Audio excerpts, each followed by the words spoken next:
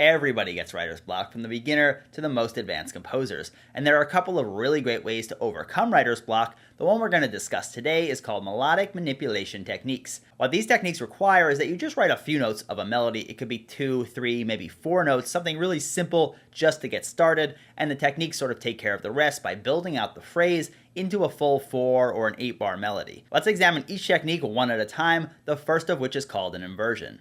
An inversion takes the motif and changes the direction while maintaining the same intervallic relationships. So if the original motif starts on C and moves down a minor third, down a major second, then the inversion will start on C and move up a minor third and up a major second. Depending on the intervals you choose, you may sometimes end up with notes like this E flat that are outside the key, and you may have to change harmony.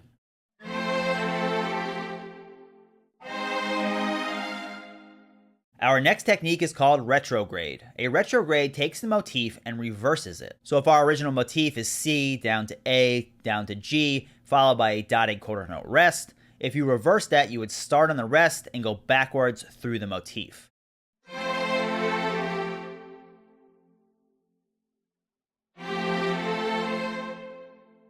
The next technique is rhythmic augmentation and diminution. Rhythmic augmentation lengthens the note value, and the diminution shortens the note value. In the original motif, the first note was a C and it was an 8th note, so I augmented that rhythm to a quarter note. The A and the G were also both 8th notes, so I used a rhythmic diminution here to make them both 16th notes.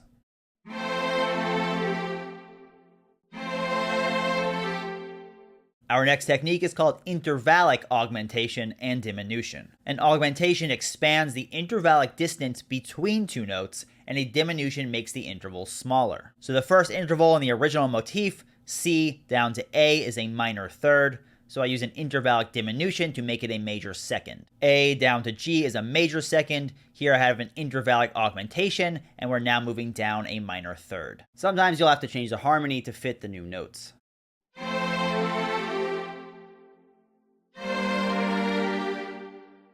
Next, we have changing or adding notes. This technique simply adds a note or notes, or changes a note or notes. In this case, I just added one note, this D. Notice that I had to use a rhythmic diminution to make this rhythm shorter so that I had room to add this note in between these two notes. This technique is pretty loose, so you can take it really far or you can keep it really simple.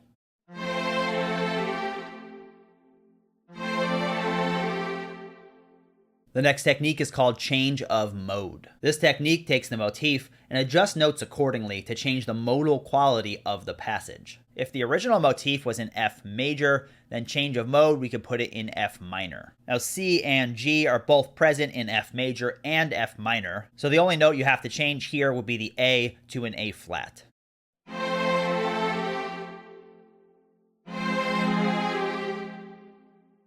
A sequence is when a motif is repeated but begins on a different note. There are two types of sequences, a real sequence and a tonal sequence. A real sequence takes the melody and puts it into a new key by moving the motif up or down and maintaining the exact intervallic distance between notes. So the harmony moves up a major third from F major to A major, and then every note in the motif also moves up a major third. So now you have the same motif just transposed to the key of A major.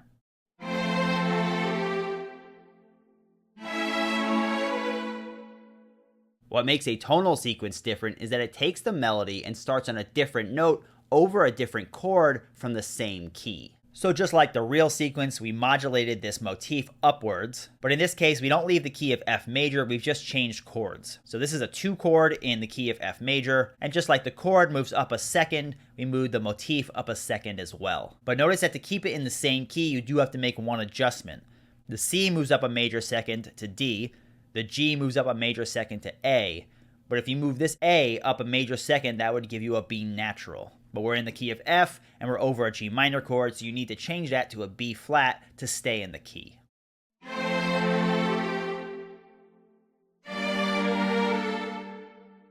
The last two techniques are called fragmentation and repetition. Fragmentation takes a fragment of any part of the melody, it could be the first 2 notes, the last 3, etc., and then you can repeat it as many times as you would like to. So the fragment I used were the last two notes here, A and G. Now with fragmentation and repetition, if you do it like this, it tends to be pretty boring in most cases. I'll show you a cool trick in a second to make it more interesting, but let's take a quick listen first.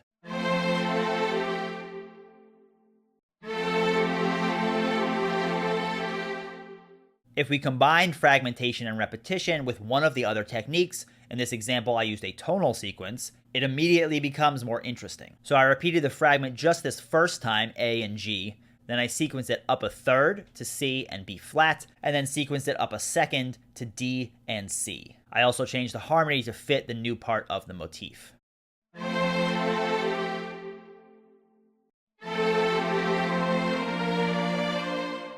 Now the question is, how do I actually apply these techniques in a musical way? How do I take a small motif like this and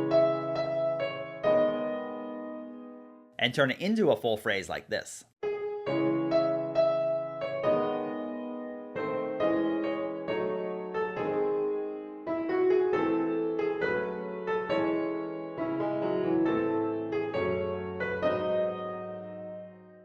Well, I'd love to show you, but this is a music theory short, so we don't have time for that shit.